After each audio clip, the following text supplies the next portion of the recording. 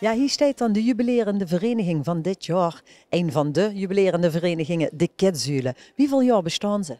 55 jaar, dus 4 keer 11 jubileum. Ja, volgens Angelo, dat is toch wel een bijzonder jaar, of niet? Heel bijzonder jaar. Daar zijn we heel erg trots op dat we het bereikt hebben. Dus, Dat is altijd met vallen en opstaan, hoor. altijd, altijd. Maar we staan weer helemaal rechtop en 4 gaan we nu dit prachtige feest maken. Schoon uitdagingen. Ieder jaar is het een uitdaging om schoon voorgangers te kiezen. Maar dit jaar ook nog eens jubilerende voorgangers. En dan gaan we eens even kijken, wie hebben ze biedig? Nou, we beginnen bij de jeugd dan. Onze jeugdprins Kien de Eerste. En onze jubileumprins Dwight de Eerste. Ja, Kien, Wim Bussen. Ik ben Kian Eikelaert. Ik woon in Leeuwen. Samen met mijn pap, mam en mijn zusje. Die wordt nu ook adjudant is. En ik zit op BC Broeken. Ik zit nu in het tweede jaar. En heb je ook hobby's? ja, ik doe gewoon vaak leuk. Ja, gamen doe ik vaak. En voetballen vind ik ook wel leuk om te doen. Ja, zeker, dat is ook leuk. En Bussen al lang bij de Kidszuilen? Ja, nu dit jaar 2 jaar. Papa is ook prins geweest 2 jaar geleden, dus daar komt het van. En toen zocht ze die vader als voorbeeld. Toen dacht ze ooit, wil ik dat ook? Ja, dat zeker. Had ze dat kindbaar gemaakt aan Angelo? Of was het voor die een verrassing dat ze gevraagd werd? Het was eigenlijk wel echt een grote verrassing, maar ik heb dat ooit wel eens een keer gezegd van, ja, ooit ik zou het wel een keer willen werken, ja. Schoon. En Wim, heb ze nog meer als adjudanten? 2 goede kameraden van mij, Devin en Milan, en mijn nichtcafé. Leuk om dat samen met te maken. Ja. Bijzonder, hè? Ja, en neven staat dan de grote prins. Prins Dwight. Ja, kijk. En Wim is Dwight in het dagelijks leven? Ik ben Dwight Kramer, woonachtig in het Marco Verriegen Meelijk, 29 jaar. En ja, vastelavond vierder en herdeneren. Heerlijk. Wie is u het gezin eruit?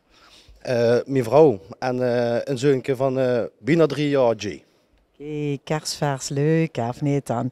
Wie kijkt natuurlijk ook tegen dich op, wat het papa nu allemaal aan, of niet? Wie heet dat?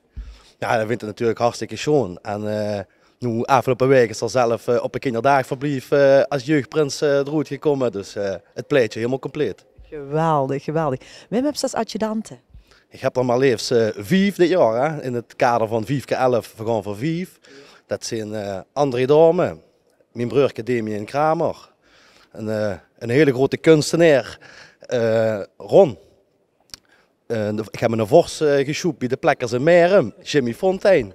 En natuurlijk een goede kameraad van mij, Wouter Schoonheim. Schoon, en samen mogen dit seizoen helemaal metrijden. Ja.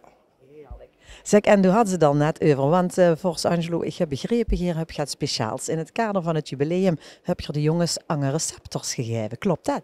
Nou, die hebben we niet gegeven, die hebben we gekregen.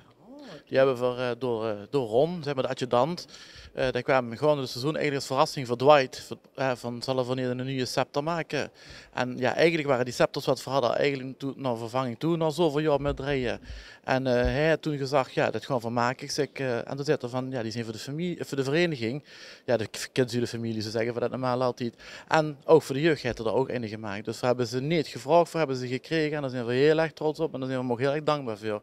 Want het is toch een stukje vakmanschap wat niet zomaar kan.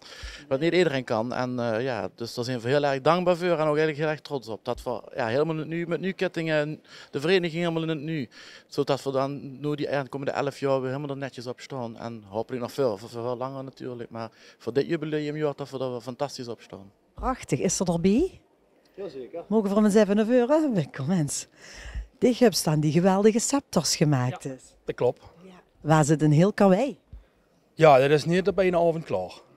Maar toch niet. Het is een uitdaging. Dat is zeker een uitdaging, ja. Dat is zeker een uitdaging, dat klopt. En kan ze daar gaat over vertellen? Want wat voor hout maakt ze zo gaat? Van notenhout heb ik deze gemaakt. Ik heb eerst geprobeerd door het linje te oefenen om te kijken of het ook wel een beetje klopte.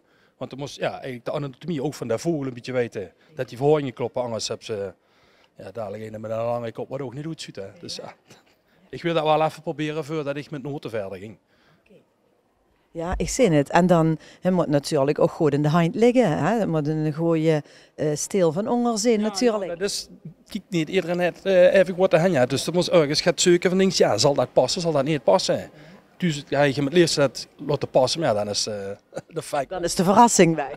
Ja. En ik heb het wel langer laten passen, die zie je wel hem zijn hand en denk, ja, het moet ongeveer kloppen. Dus. En een scepter.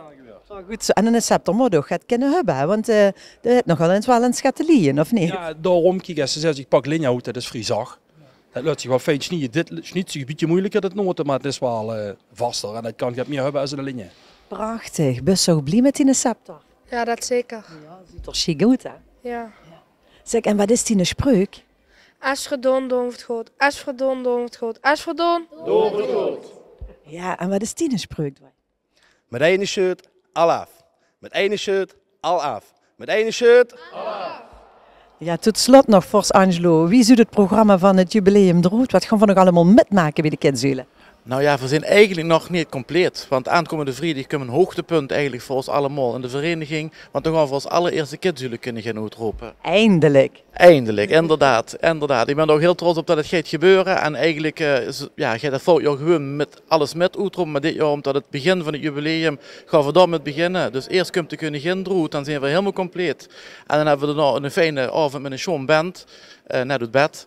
En dan hebben we zaterdagmiddag hebben we jeugdmiddag. Een spectaculaire. Dan hebben we ieder jaar, maar deze jaar is er iets luxer, zal ik maar zeggen. Met wie is het goed, komen er schminken, van alles werd er gedaan voor die jongen.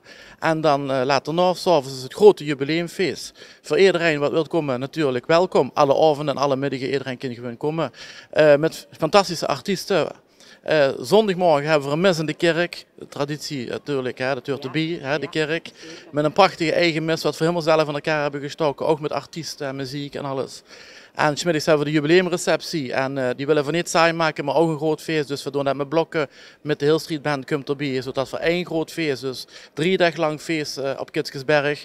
Dus ik denk dat we er goed met kunnen beginnen. En daarna hebben we een gewoon fantastisch normaal seizoen. Maar waar is normaal in een reuntje vast te lopen, niks. Dus we gaan gewoon dan trots zijn dat we dit jaar gewoon doormaken. Maar we beginnen natuurlijk nu dadelijk met dat prachtige jubileumweekend.